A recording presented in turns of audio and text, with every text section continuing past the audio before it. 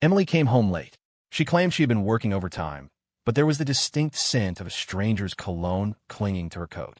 She said she was tired, yet her eyes held a shimmer I hadn't seen in a long time. We had been married for 3 years, and for the first time, I, Lucas Miller, suspected my wife was lying. I'm 28, an English literature teacher at Northwood High. It was 11 o'clock at night, and I was still sitting in the living room, waiting. The dinner on the table had gone cold hours ago. This was the 5th night in a row she'd been working late. When the lock clicked and she pushed the door open, that faint smell of men's cologne hit me. It wasn't my brand. "You're still up?" Emily looked a bit flushed, her movements jittery. "Didn't you say you had essays to grade early tomorrow?" "I was waiting for you," I said, standing up and walking toward her. "What was the job tonight?" "The school is hosting an art exhibit. We had to reorganize the gallery space," she said, avoiding my gaze and heading straight for the bedroom. "I'm going to take a shower." I followed her and watched as she hurriedly placed her phone face down on the nightstand. The sound of running water started. I stared at that phone for a long time. In 3 years, Emily never placed her phone face down unless there was something she didn't want me to see. I didn't snoop. I didn't want to be that paranoid husband. But that scent of cologne lingered in my nose, refusing to fade. The next morning, I was at school grading papers. The prompt was family traditions, and the students wrote about warmth and harmony. I remembered Emily's panicked expression from the night before, and my pen paused mid-stroke. "Mr. Miller, your wife is here." I looked up to see Emily standing at the office door, holding a Tupperware container. She rarely visited me at school, let alone brought lunch. "What brings you here?" I took the container. Inside was her homemade lasagna, my favorite. "I was passing by and figured you'd just grab something from the vending machine otherwise," she said, her smile a bit forced. "I have to run. I have classes this afternoon." As she turned to leave, I called out, "Emily." "Yeah, nothing. You just seem different lately." Her body visibly stiffened before she turned back with a bright smile. "Different how?" "Probably just tired from work." After she left, I opened the lasagna. It smelled familiar, but something felt wrong. After school, I didn't go home. I drove to Sunnydale Elementary, where she taught art. The security guard, Mr. O'Malley, knew me. He told me Emily had already left. "What time?" "Around 3. Said she had business," O'Malley said, lighting a cigarette. "Mr. Miller, you two fight or something? She's been looking distracted lately." My heart sank. I knew Emily's schedule. She had 2 art classes on Wednesday afternoons and shouldn't be off until 5. I drove around the city aimlessly before parking across from a coffee shop downtown. I didn't have a plan. I just didn't want to go back to an empty house. Then I saw her. Emily was sitting by the window, and across from her sat a man I didn't know. He was handsome, wearing a sharp black blazer, talking animatedly. Emily was laughing, a genuine, radiant laugh I hadn't seen in ages. Sitting in my car, watching through the glass, I felt like I was watching a movie. The lead actress was my wife, but the leading man wasn't me. They talked for a long time. Emily checked her phone frequently, flashing an apologetic smile at the man each time. I knew she was checking to see if I had texted, checking if I was asking where she was. At 7:30, they stood up. The man gentlemanly held the door for her. She mouthed a thank you, and they walked toward a silver sedan. I followed them, keeping a safe distance. They parked in front of the movie theater Emily and I used to frequent. They bought tickets. I bought one for the same showing. It was an indie romance film. I sat 3 rows behind them, staring at the back of Emily's head, listening to her occasional soft laughter. Halfway through the movie, the man reached out and took her hand. She didn't pull away. I clenched my fists until my nails dug into my palms. After the movie, I followed them from a distance. He drove her to the entrance of our neighborhood. Before she got out, they hugged. It was just a normal hug, but it felt like someone was tearing my heart apart. I waited until the silver sedan disappeared before driving in. Emily was already home, busy in the kitchen. "You're back." She turned, wearing that familiar, gentle smile. "I'm making you a late snack." "Yeah." I sat at the dining table, watching her silhouette. "How was your day?" "Good, just tired," she said, bringing a bowl over. "You?" "Good too." We talked like that, just like every night for the past 3 years.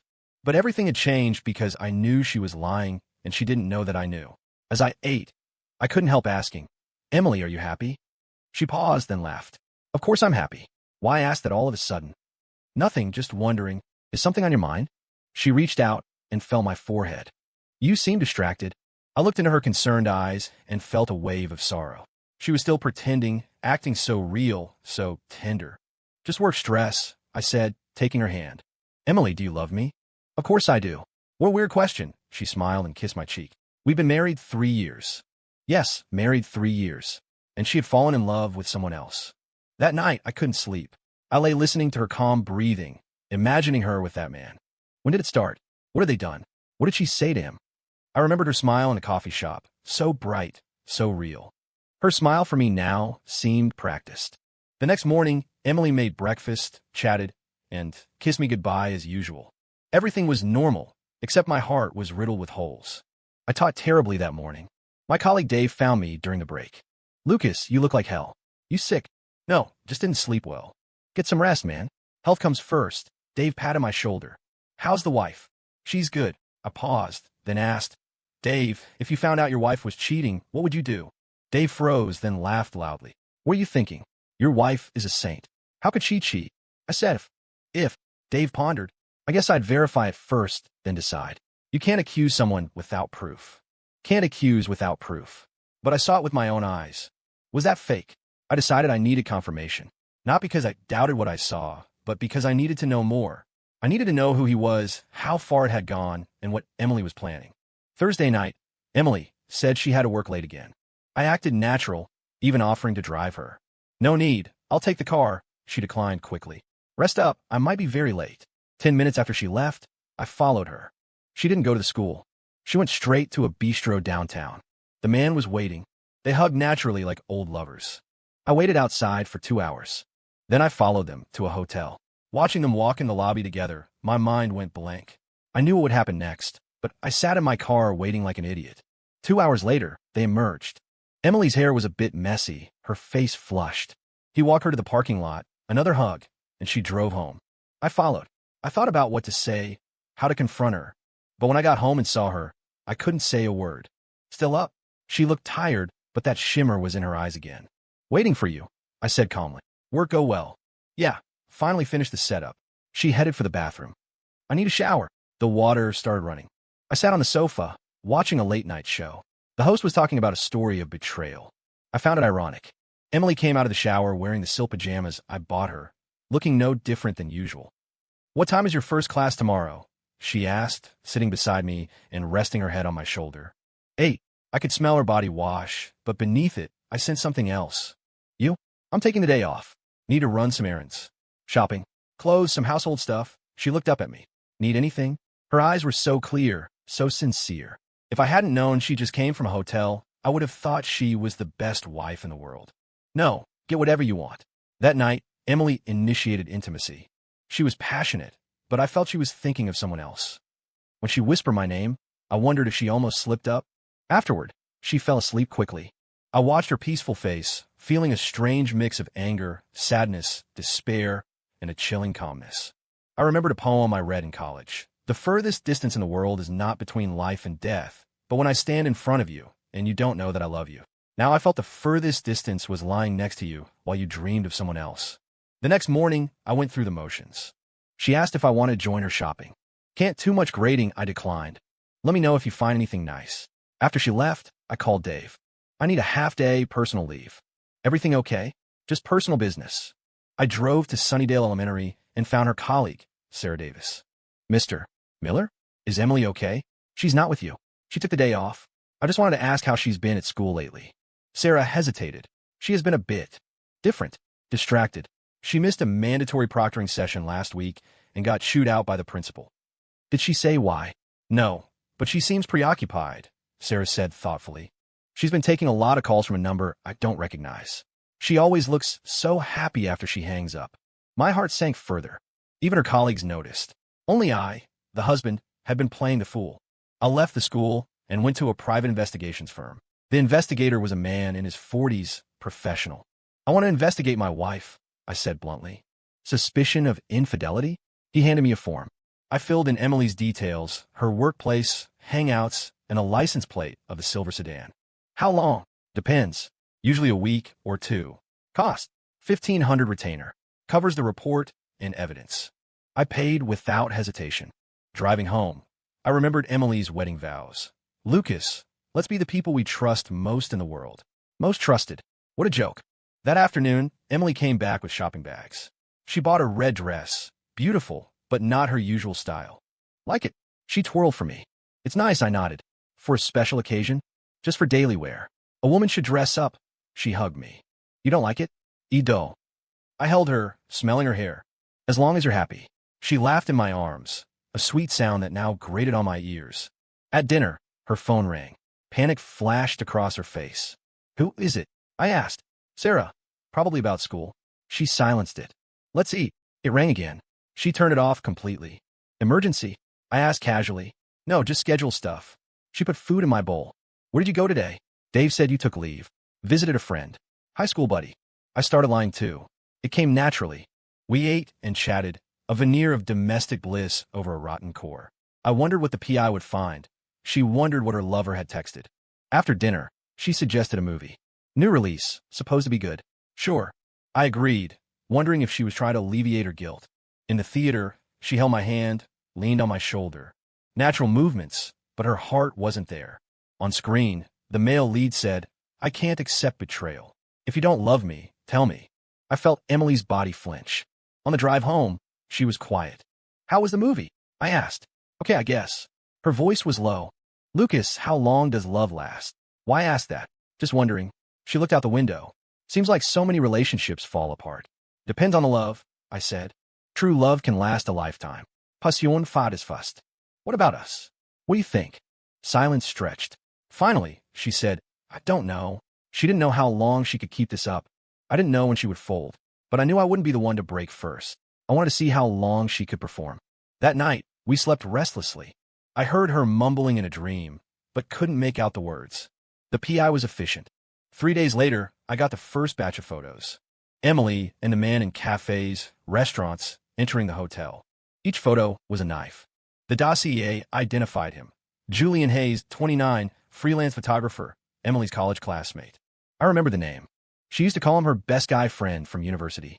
Turns out he was more than a friend. The worst photo was of them in a cafe. She was looking at a selfie on her phone, beaming. A photo of them together. She never took selfies with me anymore. I saved the photos, looking at them repeatedly like pressing on a bruise. That afternoon, I went to a bar instead of home. The bartender, a young woman named Chloe, noticed my mood. Rough day, rough life. I down a whiskey. Relationship trouble? You believe in forever? I laughed bitterly. Love changes, she said, wiping a glass. Sometimes it grows, sometimes it goes. If it's gone, you let go. It takes two to make it work. Let go. Sounds simple. But after 5 years together, I didn't know who I was without her. I got home drunk at 9. Emily had dinner ready and looked worried. Why did you drink so much? Just talking with Dave.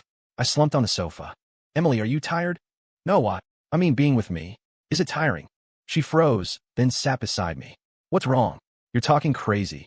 She touched my face. We're married. You can tell me anything. Married? Anything. Then why not tell me you love someone else? Nothing. Just stress. I grabbed her hand. Emily, if we weren't together one day, would you miss me? Her face changed, panic flitting through her eyes. Why would you say that? We're fine. Just hypothetically. Don't say that. Her voice trembled. We'll always be together. Always. Another lie. I didn't know if it was guilt or fear of consequences.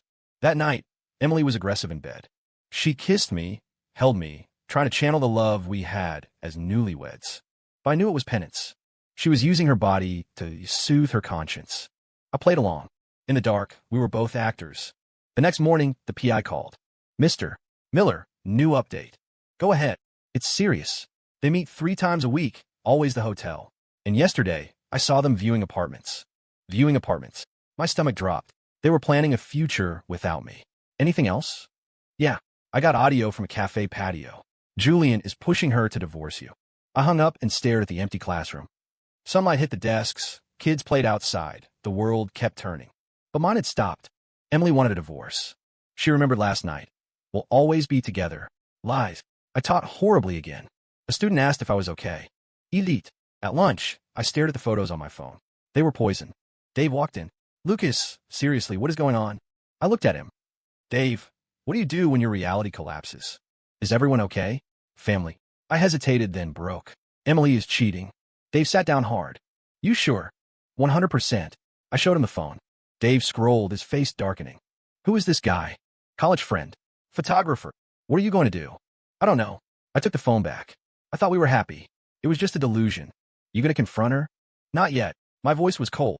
I want to see how she ends it. Don't do anything stupid, Lucas. I won't. I just want an answer. I want to see how she would discard 5 years of us. After school, I went to the PI's office. I want everything. Chat logs, call records, details on that apartment. Mr. Miller, you have enough for a divorce. Not enough for me, I said calmly. I need every detail. It'll cost more. Money isn't an issue. Driving home, I debated playing dumb or exploding. Ich was dumb. I wasn't ready for the finality of the truth. Emily was waiting with dinner. You're late. Grating. I kissed her cheek. The lie came so easily now. Wash up, I made pot roast. We ate, chatting about nothing. She mentioned shopping with Sarah tomorrow. I knew she was meeting Julian. Sure, by whatever. Our anniversary is coming up, she said suddenly. How should we celebrate? Anniversary. 3 years next week. Let's take a trip. Like the honeymoon, she said, eyes hopeful but guarded. Okay, I agreed, wondering if it was our last trip. The day before the anniversary, the PI sent the motherlode. Chat logs, call history, the apartment lease. The text killed me. Julian. Lucas asked weird questions again. He suspects. Emily, I'm thinking. He's a good man. I don't want to hurt him. Julian, you can't drag this out. Emily, give me time. Julian, we put the down payment on the condo. You have to decide by next month. Emily, I will. I love you. Julian, love you too. I felt like a clown. I was just the good man, the obstacle she was too kind to crush immediately. She was agonizing over hurting me while stabbing me in the back. They talked daily for hours. Emily and I barely spoke beyond logistics. The condo was upscale, ready next month. Their plan was solid. I threw my phone on the table and slumped. 5 years meant nothing. That night, Emily excitedly planned the trip. Let's go to the coast. Watch the sunrise. Okay, I thought this would be the last sunrise. Lucas, are you unhappy? She sensed it. No, I'm happy. I forced a smile. Traveling with you is great. She hugged me. Lucas, thank you for being so good to me these 3 years. Thank you. It sounded like a goodbye. Why say that now? Just felt like it. She looked up, eyes complex. I'm lucky to have met a good man like you. Good man. In her texts, I was a good man. To my face, a good man. It felt less like a compliment and more like pity. The next morning, we drove to the coast. Emily chattered about the scenery, overly excited. It felt manic, performative. The hotel faced the ocean. Lucas, look, it's beautiful. She stood on the balcony. I stood behind her, loving her and hating her. The pain was physical. That afternoon, we walked on the beach. She ran barefoot like a child. Lucas, come take a picture. She held up her phone, beaming. I leaned in and smiled. For a second, I forgot the betrayal. The photo was perfect. Posting this, she said. Caption, Ocean getaway with hubby. Hubby. She still called me that publicly. Was Julian blocked for a feed? That night, we had a candlelit dinner by the sound of the waves. Remember our first date? She asked. You wore a white dress. You remember? She smiled. I was so nervous. You were the smart, handsome guy. I felt lucky you picked me. Picked her. If she felt lucky, why leave? Do you still feel lucky? I asked. Of course. You're a wonderful husband. Wonderful. We walked back under the moonlight. Lucas, if you could turn back time, would you change anything? She asked, stopping to look at the horizon. Why? Just thinking. If we hadn't married, where would we be? Regret. She was regretting us. I don't know, I said. Maybe better, maybe worse. You. She looked at me, eyes shimmering. Do you regret marrying me? No, I said. I'd do it again. Her eyes welled up. Tears sparkled in the moonlight. Lucas, you really are a good person. There it was again. She hugged me tightly, burying her face in my chest, sobbing. I held her, listening to the waves and her cries. It was a tableau of sorrow. She wanted to tell me, but she was a coward. She was waiting for the right time. Back in the room, she sat by the window in silence. What are you thinking? Time moves so fast. 3 years gone. Yeah. Lucas, what do you think our future looks like? A future without me. It'll be good, I said, as long as there is love. She didn't respond. That night, we lay on opposite sides of the bed, a canyon between us. The sunrise was spectacular, painting the sky gold. Emily watched it silently. Her profile was beautiful. It was the last time. So beautiful, she whispered. I wish time could stop. Me too, but it wouldn't. We drove back. Emily was distracted, checking her phone. Julian. Emergency. School stuff. Just drama. Lucas, thank you for the trip. Really. Goodbye again. I knew the showdown was coming. Back home, she claimed exhaustion and napped. I sat in the living room, surrounded by souvenirs that felt like artifacts of a dead civilization. Her phone lit up on the coffee table. Julian, when are you back? Miss you. Julian, house paperwork is ready. Julian, have you decided? I put the phone down. The words burned. Later, she woke up, saw the texts, and panicked. I have to go out. Urgent school thing. This late. Yeah, don't wait up. She left. I sat in the silence. I knew she was with him, plotting the end of my marriage. Rage finally overtook sadness. I called the PI. Keep tracking her. I want a day's itinerary logged. You sure, Mr. Miller? Do it. She came back at 10. She looked drained but resolved. Done. Yeah. She sat down. Lucas, we need to talk. Here it comes. About us. Her voice shook. I think we have problems. Problems. Adultery is a hell of a problem. What kind? I think we're not compatible anymore. Not compatible. Gentle phrasing. What? I assumed we were good. Lucas, you're a good man, but... She started crying. I feel like something is missing. Missing? Like excitement? What's missing? I can't explain it. It just feels wrong. She wiped her eyes. Maybe it's me. It is you. You love someone else. What do you want to do? Silence. Then I want to separate for a while. Take some space. Space. A classic excuse. How long? I don't know. A month? Maybe more. She couldn't look at me. Lucas, I'm sorry. Saw the cheap word. Emily, is there something you're not telling me? I gave her one last chance. She flinched. No, I just need space. Space to play house with Julian. Fine. I nodded. If you need space, go. She looked shocked. You're not angry. Why be angry? If it makes you happy. She cried harder. You're such a good man. When are you moving out? Tomorrow. She was packed mentally already. I'll stay at a hotel. Hotel, right? She was moving into the condo. Okay, I said. Need help. She shook her head. No, I don't have much. That night we shared a bed, backs turned, miles apart. I remembered how she used to cuddle. Now, the silence was deafening. The next morning, she packed. Quietly, as if not to wake me, though I was wide awake. She took everything. Clothes, photos, books, knickknacks we bought together. It hurt physically to hear the zipper of the suitcase. At 10, she was done. Lucas, I'm leaving. I opened my eyes. She stood there red-eyed. Safe travels, I said. She nodded and walked out. The door clicked shut. The silence that followed was heavy. For 3 years, this house had never been this empty.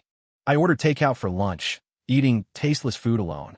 In the afternoon, the PI sent the update. She didn't go to a hotel. She went straight to the new condo. The photo showed her hugging Julian, smiling a smile of relief. Relief. Leaving me was her liberation. I stood on the balcony. Maybe it's my problem, she had said. No, she betrayed her vows, but she played the victim to the end. I watched the sunset. Dave called that evening. She moved out. You confronted her. Sort of. She asked for space. What now? I don't know. Drink. No, I need to be alone. I looked at her empty side of the room. You're a good man, she had said. A good man to be used and discarded. I was done being the good man. 3 days later, I made a decision. I wouldn't be the fool. I went to a lawyer. I want to sue for divorce on grounds of adultery. Grounds? Infidelity. I laid out the PI's binder. Evidence. The lawyer whistled.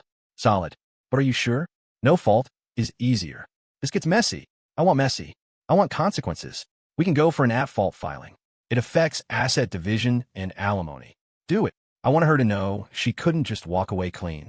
I left the lawyer and went to Sunnydale Elementary. Mr. Miller. Mr. O'Malley was surprised. Emily is on leave. I'm here to see Sarah Davis. I found Sarah. Emily is cheating. Sarah was shocked. No way. She's so quiet. I have proof. I showed her a photo. I may need a character witness. Sarah looked at the photo, disgusted. I don't know what to say. Just say what you saw. The distraction, the phone calls. Sarah hesitated, then nodded. I spent the afternoon gathering statements from the bistro server and the cinema staff. I was building a fortress of evidence. Back home, I organized the files. It felt good, like taking control. My phone rang. Emily. Lucas, were you at my school today? Panic. Yes. What? Collecting evidence, I said coldly. Emily, I'm filing for an at-fault divorce. Silence. Then a tremble. Lucas. What? Why? You cheat and ask why. I didn't. Drop it, Emily. Julian Hayes. The photographer. The condo. I know everything. Dead silence. Lucas, can we meet? Her voice was tiny. I want to explain. Nothing to explain. See you in court. I hung up. Half an hour later, the doorbell rang. Through the peephole, I saw Emily crying. I didn't open it. She rang and rang. I sat on the couch, stone still. Lucas, open the door. Please, let's talk. I know I messed up. Listen to me. Her cries were pathetic, but my heart was granite. An hour later, she left. The next day, the papers were served. At noon, a strange number called. Is this Lucas? A male voice, hostile. Who is this? Julian. My pulse spiked. What do you want? I want to meet. No. Emily cried all night because of you. She's sick now, Julian shouted. Can't you let her go? Let her go. I laughed. Who lets me go? Your marriage was dead anyway. You didn't love her enough. So she gets a pass to cheat? It's true love. Julian yelled. You don't understand love. True love. Hilarious. Why sneak around then? Why not leave first? Because she's kind. She didn't want to hurt you. Kind. The adulteress is kind. Julian, listen. You destroyed my marriage. You pay the price. This is revenge. Damn right it is. You think you can wreck a home and walk away smiling? Dream on. I hung up. They were scared. Good. That afternoon, Dave came by. You're really suing her? Yes. Is this wise? You loved her. Did she love me when she was in that hotel? I'm worried you'll regret being this harsh. I won't. I'll learn a lesson. Good men finish last. Lucas, you've changed. Yes, I have. The old Lucas is dead. Dave saw my resolve and stopped pushing. That night, my lawyer called. They want to settle.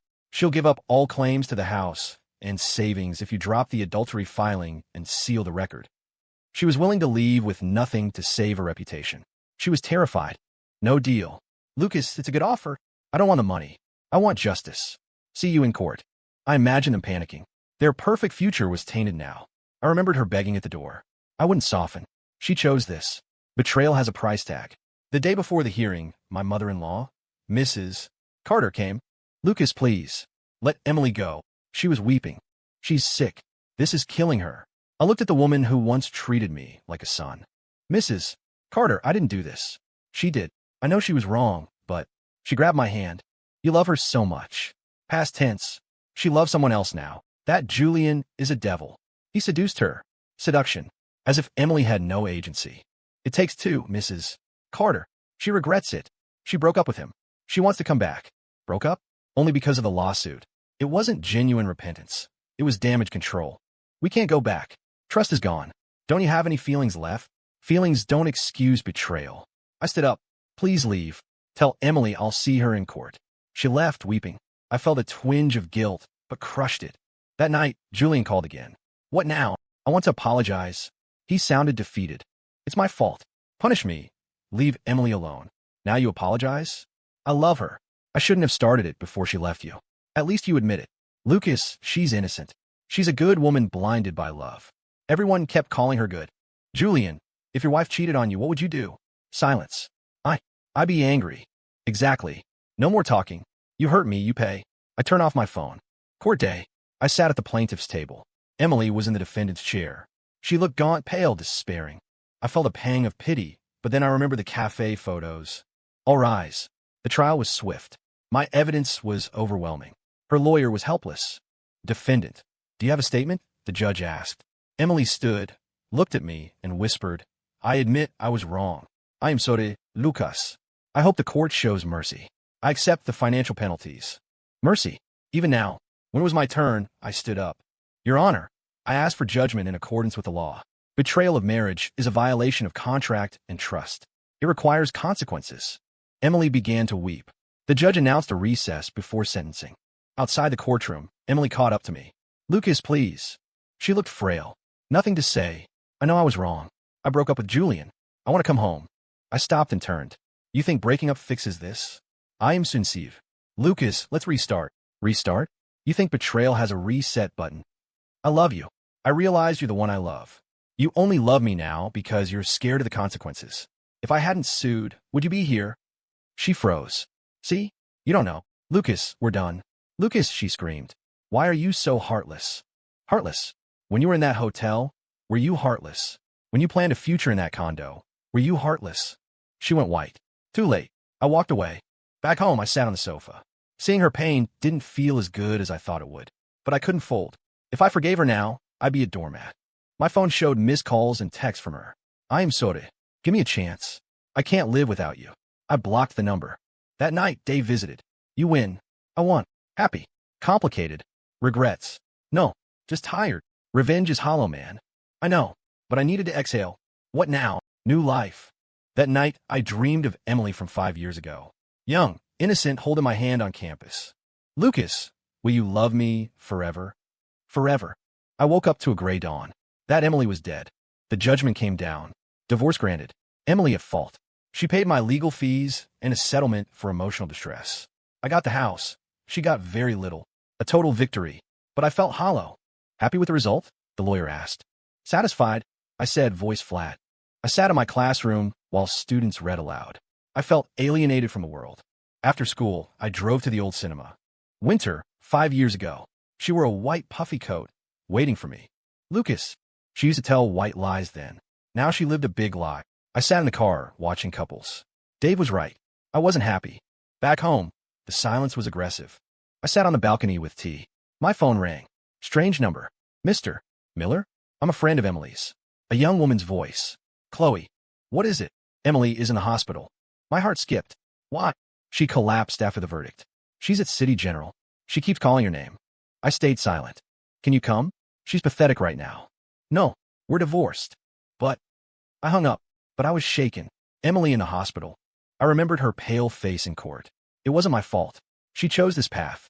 But anxiety gnawed at me. The next day I was distracted. Students noticed. You okay, Mr. Miller? Just tired. At noon I broke. I drove to City General. I found her room, but stayed in the hallway. Through the window, I saw her lying there, paper white. Her mother was peeling an apple. It was quiet. You're Lucas? I turned. It was Chloe, the friend. She broke up with Julian for you. Her choice. Don't you have a heart? She faces her consequences. You're pushing her to death. Death. She won't die. She tried to kill herself last night. We found her in time. Suicide. My mind reeled. Go in. She's waiting. I fought myself. Logic said leave. Emotion said stay. I opened the door. Emily opened her eyes. Surprise, then guilt. Lucas. Her voice was a wisp. You ook, David? How are you? I am okay. Just tired. She tried to sit up, but failed. Lie down. Mrs. Carter glared at me. You did this. Mom, stop. Emily whispered. It's my fault. I looked at Emily. Heard you tried to hurt yourself. She looked down in shame. I couldn't think straight. What? Because I lost you. I don't know how to live without you. Did you think of this when you cheated? She cried harder. I know I was wrong. Lucas, please, can we start over? Some things can't be restarted. What do I do? She begged. I don't know. If I died, would you forgive me? Don't say that. Death solves nothing. Living solves nothing. I lost you my job, everything. You have possibilities. Only with you. I only love you. What about Julian? I thought I loved him. Losing you woke me up. I softened, then remembered the photos. The smiles. You say you love me because you lost me. If I take you back, you'll get bored again. No, I swear. Odes mean nothing to you. So, you'll never forgive me? I wanted to say yes, but the words stuck. Focus on getting better, I said, and left. Walking out, I felt heavier. I drove back to school, but my mind remained in that hospital room. 3 days later, Chloe called again. She's out, but she's not speaking, just stares at walls. We're scared. What do you want from me? Visit her. You're the only one she hears. I can't. Please. 5 years, Lucas. For old time's sake. Old times. I valued old times, but they weren't a get-out-of-jail-free card. Where is she? Her mom's place. I hesitated in my office. Go. Don't go. If I went, I might cave. If I didn't, and she did something stupid. I went. Mrs. Carter opened the door, looking exhausted. Lucas. Finally. How is she? See for yourself. 3 days in her room. I knocked. Emily. No answer. I pushed the door open. She sat on the bed, back to me, hair messy, wearing loose pajamas. She looked skeletal. Emily. She turned slowly. Her eyes lit up briefly, then died. You came. How are you? I'm fine. She wasn't. I saw pill bottles on the desk and a piece of paper. What's that? She panicked. Nothing. I grabbed the paper. I suicide note. Emily, are you crazy? I tore it up. Death fixes nothing. It stops the pain, she wept. You don't know what it's like. Why cheat then? I don't know. Maybe I was bored. Maybe I wanted a thrill. I regret it. Too late. I know. But can't we try? No. Broken trust is broken forever. Then what do I do? Learn to be independent. Take responsibility. I don't want a new life. I want you. She tried to hug me. I stepped back. We are done. No. I love you. If you loved me, you wouldn't have strayed. Your love is cheap. She collapsed, wailing on the floor. Lucas, please. Forgive me. Seeing her on her knees hurt like hell. But I held my ground. Get up. Kneeling solves nothing. What is? I don't know. Maybe nothing. Her face went gray. Never. I couldn't look at her. Accept reality, Emily. Move on. I can't. Be strong. For your parents. They're ashamed of me. They love you. Don't throw your life away. My life is a zombie walk without you. Mrs. Carter came in. Lucas. I have to go. I looked at Emily one last time. Take care. I walked out to the sound of her screaming my name. Lucas. Don't go. I walked fast to the car. My heart was heavy. I shouldn't have come. Or maybe I should have been kinder. But kindness felt like weakness. Back home, the house was a tomb. I remembered her begging. The note. Maybe I was too cruel. But betrayal is betrayal. I turned off my phone. 1 month later, the news broke. Emily jumped. She chose the 18th floor. I was teaching when Mrs. Carter called, screaming unintelligibly. Lucas. She's gone. My phone hit the floor. The class went silent. Class dismissed. I ran. I drove to the scene. A crowd. A white sheet on the pavement. Mr. Miller. Chloe was there, weeping. She. Really? Chloe nodded. Last night. 18th floor. Did she leave a note? Chloe handed me a scrap of paper. Lucas, I know you'll never forgive me. I don't deserve it. But I love you. From start to finish. In the next life, I hope we don't meet, so I can't hurt you. Saw the... I broke down. The woman who once slept in my arms was gone. She waited for you all month. Chloe sobbed. Sitting by the window, she said if you didn't come, she'd give up. She gave up. What did she do? Just stared, wrote notes, and tore them up. Starve herself. I looked at the high rise. 18th floor. What was she thinking falling? Was it hate? Love? Lucas. Mrs. Carter approached, eyes full of hate. Are you satisfied? My daughter is dead. Happy. I couldn't speak. She loved you till the end. You killed her. Mrs. Carter. Murderer. You pushed her. The crowd murmured. Cruel husband. Pushed her to the edge. I fell to my knees. I am sorry. Sorry brings her back. Mrs. Carter screamed. Dave pulled me up. Go home, Lucas. I have to stay. You can't. The funeral was 3 days later. I sat in the back. The casket was closed. Mrs. Carter spoke. She was a kind child who met the wrong man. Wrong man. Me. She didn't know how to protect herself. I wept. She was the one hurt most deeply, even if by her own hand. My revenge was too total. I cornered her. I touched the cold wood of the coffin. Sorry, Emily. Mrs. Carter looked at me. I hate you, Lucas. But she shouldn't have died for this. It's my fault. Live with it. I drove around the city. The cinema. The bistro. The park. Ghosts everywhere. I stopped at our old apartment building. I pulled up her number. Block. I unblocked it and stared. I wanted to call, but no one would answer. She was dead because I wouldn't forgive. Because I needed to win. I sat in the car and cried like a child. Forgiveness wasn't for her. It was for me. But it was too late. Emily was gone. I would spend my life repenting for my hardness of heart. If I could go back, I would forgive. But time only moves forward. I was left to mourn the woman I destroyed. The woman who loved me and whom I loved deeply. Story complete.